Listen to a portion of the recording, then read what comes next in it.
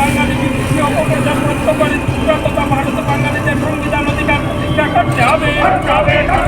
বাঙালি জিন্দাবাদ, জিন্দাবাদ, জিন্দাবাদ, জিন্দাবাদ, জিন্দাবাদ, জিন্দাবাদ, জিন্দাবাদ, জিন্দাবাদ। সমস্ত অপরাধীদের চিহ্নিত করে সবাইকে গ্রেপ্তার করতে হবে।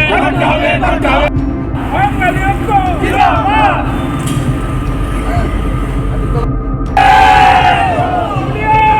লাঞ্ছিত বঞ্চিত বাঙালি আমরা জিন্দাবাদ, জিন্দাবাদ, জিন্দাবাদ, জিন্দাবাদ, জিন্দাবাদ, জিন্দাবাদ, জিন্দাবাদ, জাতি দুর্নীতি বাঙালি বিদেশি অপপ্রচার করতে পারে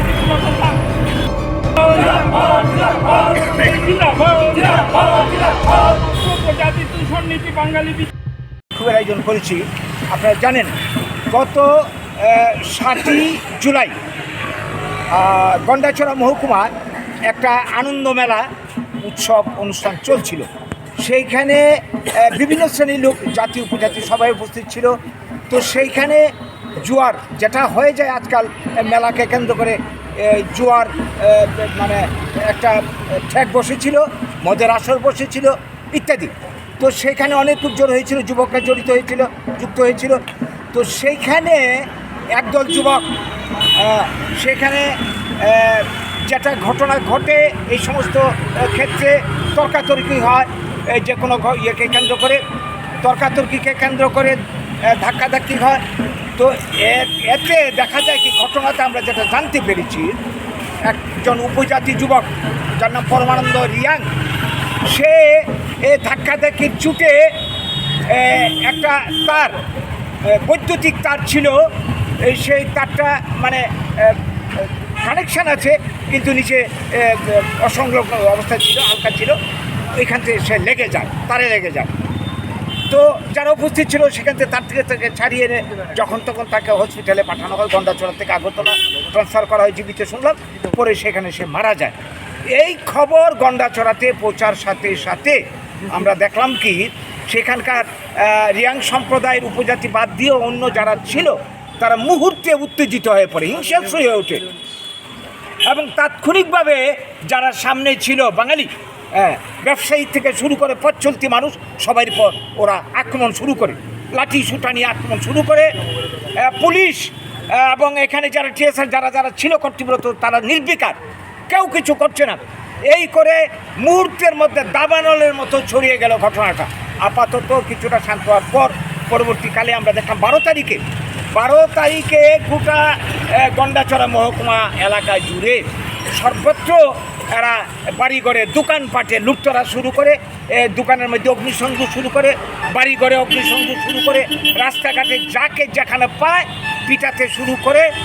এবং দেখা যায় কি, স্থানীয়দের যেটা অভিমত, যেটা এরা বলেছে যে স্থানীয় লোক বাদেও দেখা গেছে অচেনা অনেক ট্রাইবেল যুবক রয়েছে।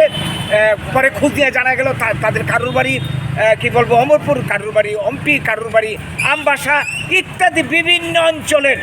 তাহলে এটা পরিষ্কার একটা সামান্য ঘটনা, এটাকে কেন্দ্র করে পরিকল্পিতভাবে সমস্ত এলাকা সংগঠিত করে এইভাবে সামিল হয়ে গোটা মহকুমাকে অবরুদ্ধ করে ফেলেছে। বাঙালিরা নিরাশ্রয়, তারা বাঁচতে পারে না।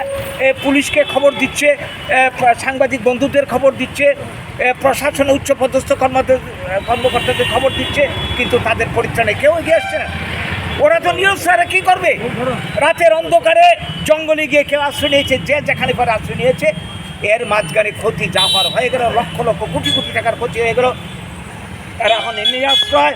আমরা খবরে জেনেছি এই পর্যন্ত আমাদের কাছে যতটা খবর, 50টা পরিবার মারাত্মকভাবে ক্ষতিগ্রস্ত, দোকানপাট সব শেষ হয়ে গেছে, লুটতরা ধ্বংস হয়ে গেছে। এখন তো মানে এরা এত অসহায় হয়েছে, এত ভয়ে তটস্থ হয়েছে যে গন্ডাছড়া ওরা আর থাকতে পারবে। এরাও হুঁশিয়ারি জারি করেছে যে গন্ডাছড়াতে কোনো বাঙালিকে আমরা থাকতে দেবো না, এডিসি এলাকায় কোনো বাঙালিকে থাকতে আমরা দেবো না। ওরা যাবে কোথায়? প্রশাসন নির্বিকার, যারা অপরাধ করছে। আজকে যদি বাঙালি এই ধরনের ঘটনা উপজাতির উপর করতো, কী অবস্থাটা হতো আমরা অনুমান করতে পারি সবাই। তাহলে এই যে দূষণ নীতি, আমরা বাম আমলও আমরা দেখেছি, সিপিএম আমল আমরা দেখেছি, যারা উগ্রপন্থী 80 জনের গণহত্যার নায়ক তাদেরকে কীভাবে আত্মসমর্পণের মাধ্যমে বিভিন্ন সুবিধা সুযোগ পাইয়ে দিয়েছে। জুট আমলও তাই দেখছি। বর্তমান যাদেরকে আমরা বিশ্বাস করে ক্ষমতা এনেছিলাম এই বিজেপি আমাদের কল্যাণ করবে, মঙ্গল করবে, আজকে দেখছি তাদের আমলে একই নীতি। এই যে রিয়াং যারা মিজোরাম থেকে আসলো ভিন রাজ্যের মানুষ, তাদেরকে 600 কোটি টাকার প্যাকেজ দিয়ে ত্রিপুরাতে পুনর্বাসন দিল।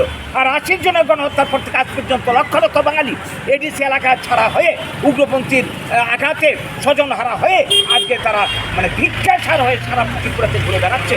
আবার তাদের উপর আক্রমণ, এইভাবে দূষণ নীতি এখন আরো বেশি করে চলছে। এগুলি আর কতকাল চলবে? দেশভাগের বলি, স্বাধীনতার মূল হোতা বাঙালি, হ্যাঁ, এই দেশের ভূমিপুত্র বাঙালি। এইভাবে আমরা কত আঘাত বারবার আমরা সহ্য করব।